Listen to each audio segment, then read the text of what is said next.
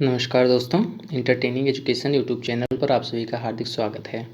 दोस्तों, जैसा कि आप सब देख सकते हैं, आज हम कुलभास्कर कॉलेज प्रयागराज के बीसी एग्रीकल्चर एवं एमएससी एग्रीकल्चर का जो एडमिशन होना है, जिसकी परीक्षा इस बार रद्द करके आपकी जो इंटर और बीएससी की मार्क्स होंगे उसकी मेरिट के आधार पर ली जाएगी।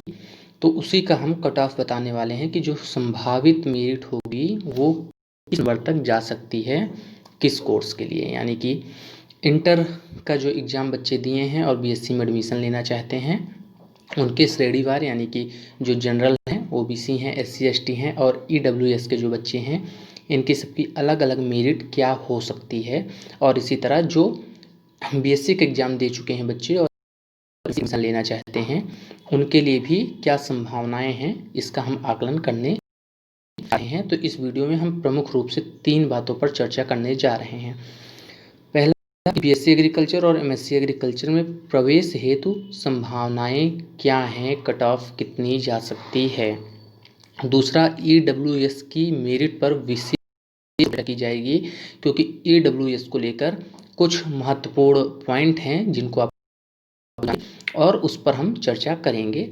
तीसरा यह है कि मेरिट बनाने का आधार, इसमें परिवर्तन की क्या संभावनाएं हैं, यानी कि जो हमने ये मेरिट बनाई है इसको हमने किस बेसिस पे बनाई है और इसमें कितना चेंज हो सकता है, यानी कि क्या इसमें अंतर आ सकता है जो आपकी कुलभास्कर की रियल मेरिट जाएगी और जो यह मेरिट इसको लेकर।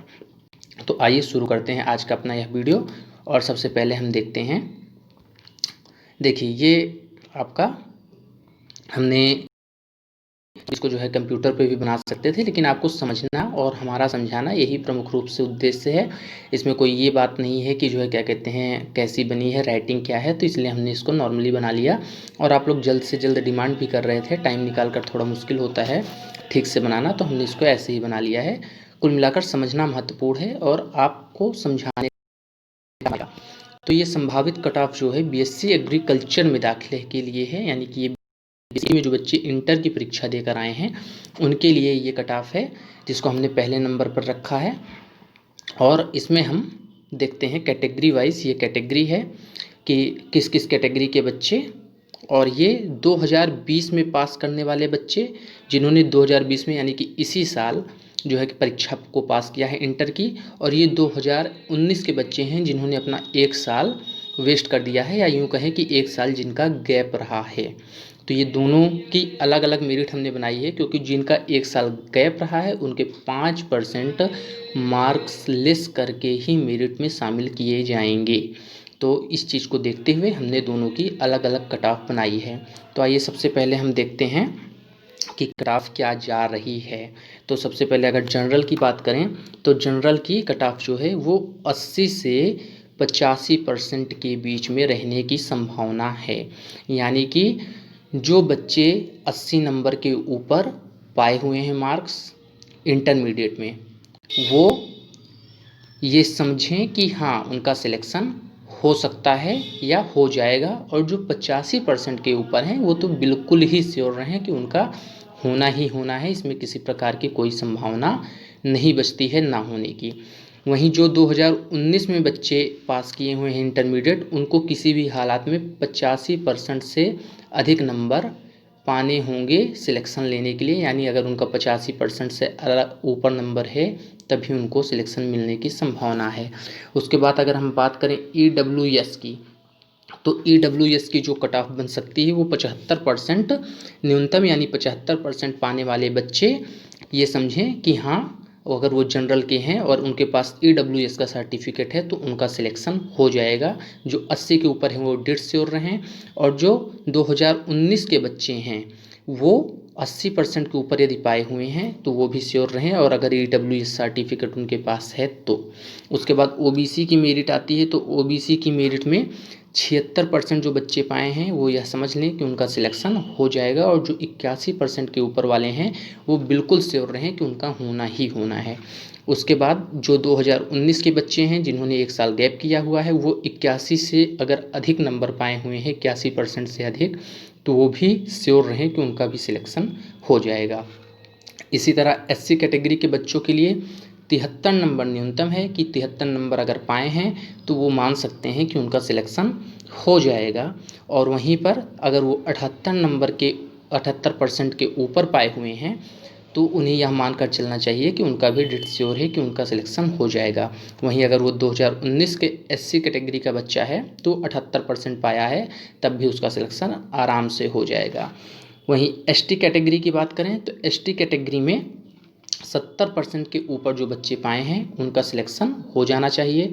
जो 75% के ऊपर पाए हैं वो बिल्कुल श्योर रहें कि उनका सिलेक्शन होना ही होना है। और 75% प्लस जो 2019 के बच्चे हैं वो अगर पाए हैं तो उनका बिल्कुल 100% चांसेस सिलेक्शन हो जाएगा।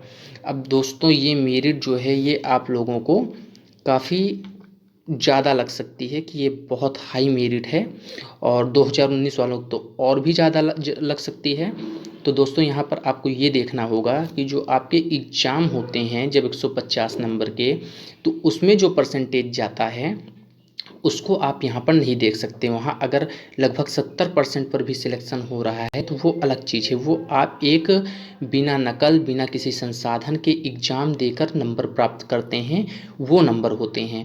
लेकिन आप खुद भी जानते हैं कि इंटर का जो मार्कशीट है या बीएससी एजी की मार्कशीट है, कुछ गवर्नमेंट कॉलेज के बच्चे होंगे, कुछ प्राइवेट कॉलेज के बच्चे होंगे, कुछ शहर के बच्चे होंगे, कुछ गांव के बच्चे होंगे। तो आजकल नंबर पाना कितना आसान हो गया है। मार्कशीट पर आपके परसेंटेज, आपकी जो बुद्धिमत्ता है उसकी तुलना नहीं की जा सकती। यानी कि कोई भी बच्चा मार्कशीट पर बहुत हाई नंबर पा सकता है आज के समय में बहुत आसानी से।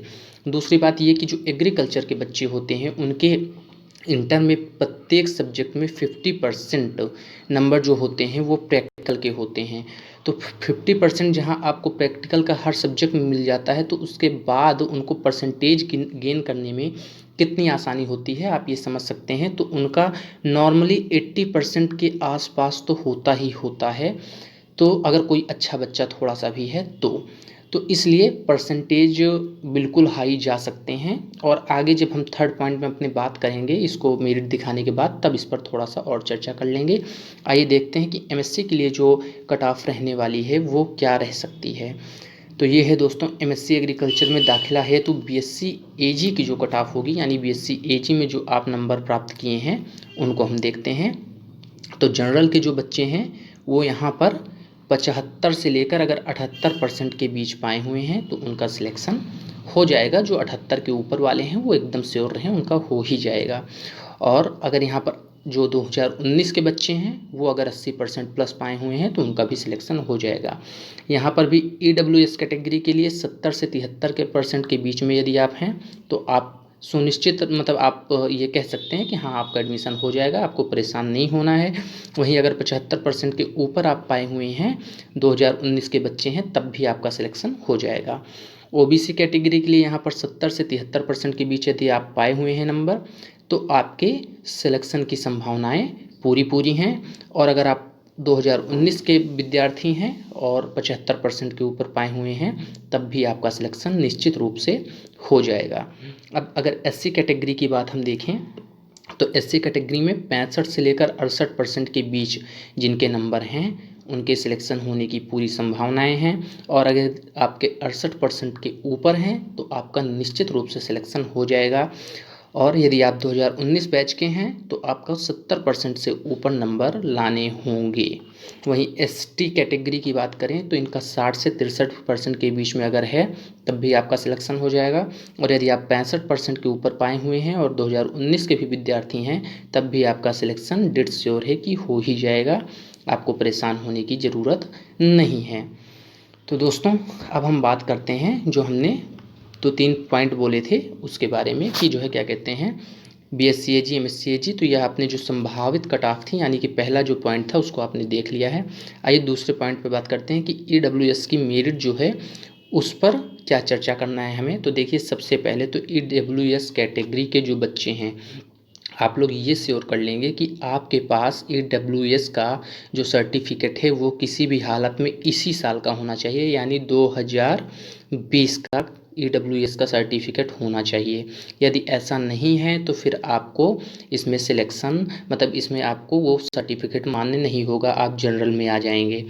दूसरी चीज़ ये है कि ईडब्ल्यूएस की जो कैटेगरी है और जो इसकी मेरिट बनना है, ये बहुत अंतर हो सकता है जो मैंने बताया है उसमें और ओरिजिनल में, क्योंकि ये डिपेंड करता है कि कितने बच्चे ईडब्ल्यूएस कोटे से अप्लाई कर रहे हैं।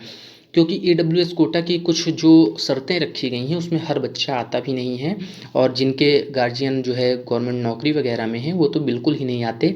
तो ये डिपेंड करता है कि कितना कोटा लग रहा है, क्योंकि 8 सीटें हैं बीएससी एग्रीकल्चर के लिए और 5 सीटें हैं एमएससी एग्रीकल्चर के लिए ईडब्ल्यूएस की।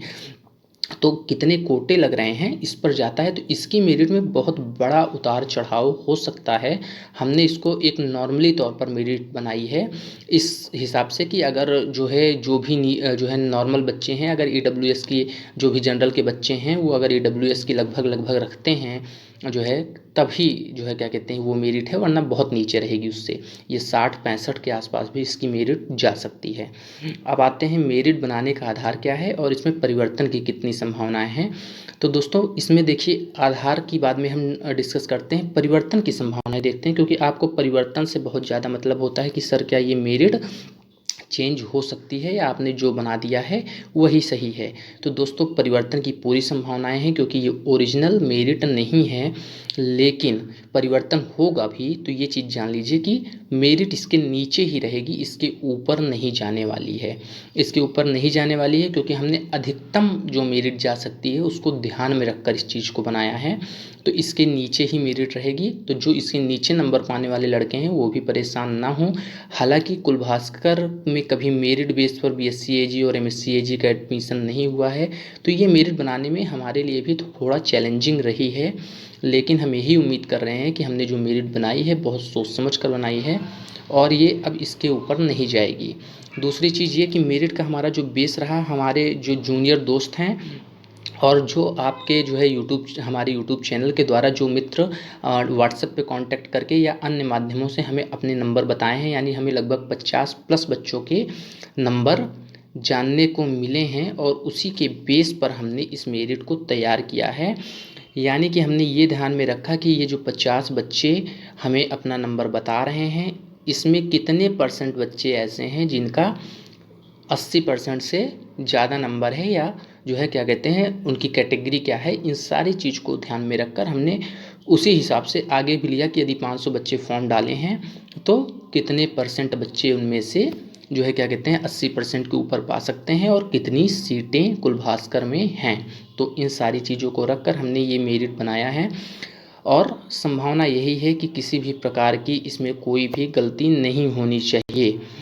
अब आपको ध्यान ये देना है कि आपको चैनल को सब्सक्राइब करना है, ताकि आपको आगे भी जो भी हम न्यूज देते रहें वो आपको मिलती रहे, वो आपके काम की होगी। निश्चित रूप से अभी आपकी जो है डेटें आएंगी कुलभास्कर की कि जो है कब आपके जो है डॉक्यूमेंट वेरिफिकेशन होने हैं, आपका मेरिट लिस्ट आएगी। तो इन चीज़ों को समय समय पर हम आपको अपडेट करते रहेंगे। आप हमारे चैनल को ज़्यादा से ज़्यादा सब्सक्राइब कीजिए और हमसे जुड़े रहिए। बहुत बहुत धन्यवाद।